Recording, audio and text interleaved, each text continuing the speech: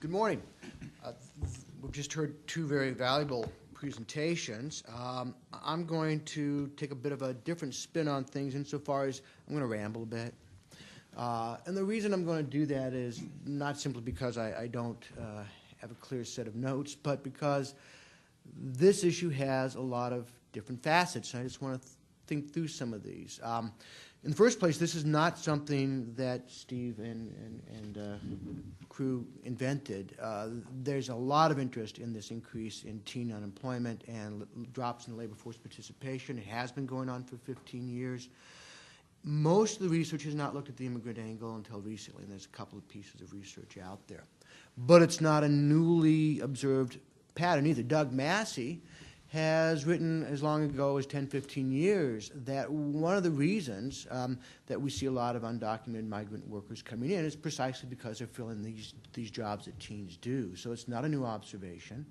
Other demographers and economists have noted it. The question, of course, is then what's the role of immigration in this change?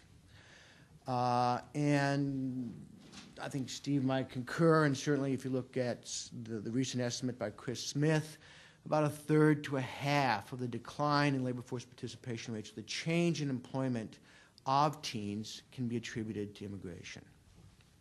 Well, a third to a fifth, that's a heck of a range, right? And there's also a lot of other factors. And that's what I want to say, ramble through now. What are some of these other factors that people are looking at, and what are some of the explanations? And it matters both for a lot of reasons. It matters, among other reasons, because you want to know what the policy prescriptions are, right? And let me just give you another reason I kind of present things this way is because of my own inclination as a demographer. I believe in subpopulations with different sets of causalities. I believe in addressing things through multiple policy changes, not just one. Let's talk about what's the role of immigration. Is it really documented or undocumented? Unfortunately, we don't know. The studies here don't tell us. One surmises or would be prone to think that it's the undocumented that are really taking this role of substituting for what had previously been teen labor. It's because of potentially lower reservation wages. It's some of these other very interesting, I think, plausible arguments we've heard, which is to some extent the professionalization of these low-skilled jobs. The fact you've got workers who are more mature and experienced doing jobs at close to the same wages, although in a very different way of organizing their work than teens used to do. Another thing that people have noticed, not just in the United States, but across a lot of countries over the last 20 years or more, is a couple of interesting phenomena about immigrants generally. One of which is that immigrants are starting off in the labor market at starting wages that are much lower relative to natives than people who arrived 10, 20 years ago. That is, each successive cohort or incoming group of immigrants is earning less at the start of their working career in the United States or Norway or Canada than immigrants who arrived 20, 30 years ago. What this suggests is a structuring of the labor market where immigrants are taking very entry-level jobs to get a foothold in the country and then moving out of them fairly rapidly.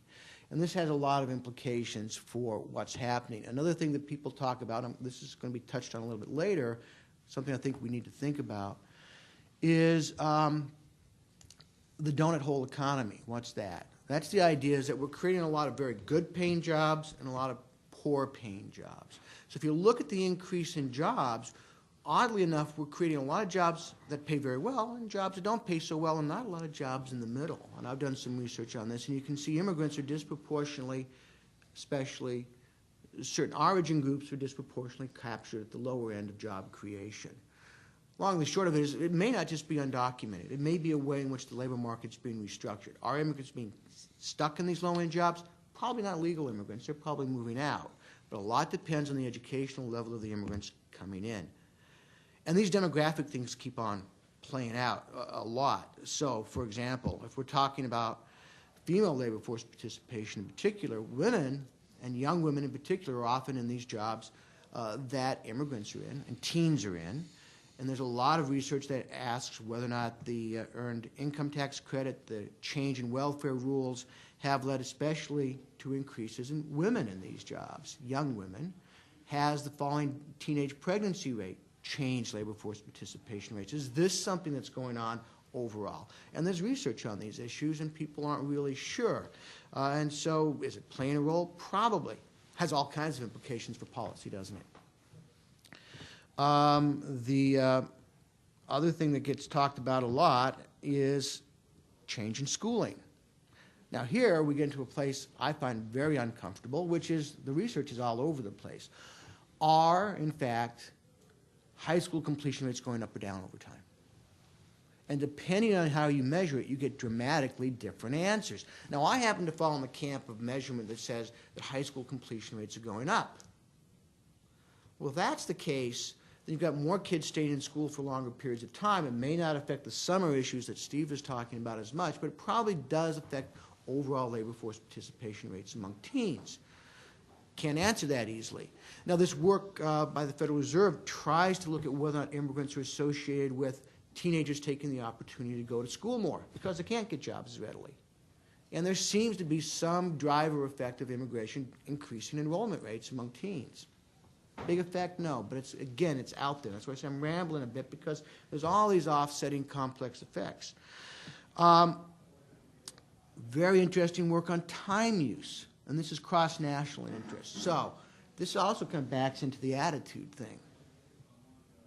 Teenagers simply watching TV more? Are they playing games more? Electronic games? Yeah, they are. But here's a really strange relationship I didn't expect to see. In the United States and cross-nationally to some extent, the more time, for working teens, they actually spend more time watching TV and playing games. The thing they tend to do less of is play extracurricular sports and school sports. So they seem to be trading off the school activities that they choose relative to work and non-work opportunities. So they're shifting what they like to do with their free time. So that doesn't seem to explain too much. Attitudes. You can't read about, in this literature, among those who try to service teens without this discussion of change in attitudes. And most of them are fairly dismissive because they talk about the structure of the labor market. But if you talk to employers, you get a very different picture. Employers constantly will tell us that it's not just teens, but it's young adults that are changing their attitudes about work.